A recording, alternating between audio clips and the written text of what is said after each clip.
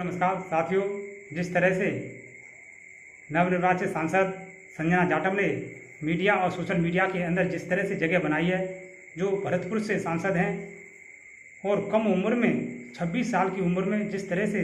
संसद के अंदर अपनी धाक जमाई उन्होंने और संसद में जिस तरह से संसद के अंदर आवाज़ उठाई है, सोशल मीडिया और मीडिया के माध्यम से चारों तरफ चर्चाएं संजना जाटव की हैं। क्योंकि संजना जाटव इस कम उम्र में पहले ही चांस में सांसद बन गई और सांसद बनने के बाद जिस तरह से संसद के अंदर जिस तरह से शपथ ग्रहण का प्रोग्राम चल रहा था, उस समय जय भीम का नारा संजना जाटव ने जिस तरह से लगाया था, पूरे कांग्रेस के नेता और चाहे विपक्ष के नेता हों और तालियां बजने लगी थी। संजना जाटव ने जिस तरह से जय भीम को आगे बढ़ाकर और जिस तरह से जय भीम उन्होंने कहा है कि भीम की वजह से हम आज सब कुछ हैं, जो हमको मुकाम मिला है, जो बाबा साहब पर पूज्य बाबा साहब की देन है और जिसकी वजह से उन्होंने महिलाओं के लिए जिस तरह से कार्य किया है और उनको सम्मान देना हमारा काम है। और जिस तरह से बहुजनों के अंदर संजना जाटव के अंदर जिस तरह से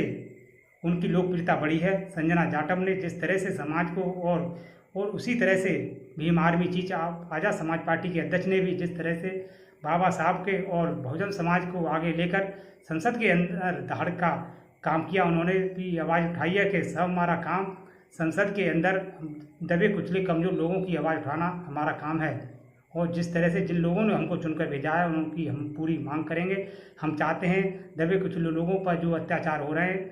अध्यक्ष जी के माध्यम से पूरे सदन को ही नहीं पूरे देश में ये आवाज़ जा रही है। क्योंकि जिस तरह से संसद ने और बहुजन सांसदों ने जिस तरह से इस बार बहुजनों की आवाज़ को बुलंद करना शुरू किया है और सभी बहुजन जितने भी बहुजन समाज के सांसद हैं, बहुजन जितनी भी पार्टियों के अंदर सांसद हैं, उन्होंने एक ही नारा दिया था, जय भीम का नारा। इस बार संसद के अंदर 50% लोगों ने जय भीम का नारा बोला था। उसमें चाहे नगीना से सांसद हों, चाहे किसी भी बहुजन समाज के जितने भी सांसद हैं, उन्होंने एक ही नारा था कि हमारा काम बहुजन समाज को आगे बढ़ाना और बहुजन समाज की बात को प्राथमिकता से रखना। ये हमारी सरकार से मांग है कि बहुजन समाज पर जितने भी अत्याचारों पर अंकुश लगाया जाए और कठोर कानून बनाया जाए, जिससे आने वाला समय और जो भी अपराधी हो 400 बार सोचे अपराध करने से पहले। ऐसा कानून बनाने की मांग बहुजन सांसदों ने की है।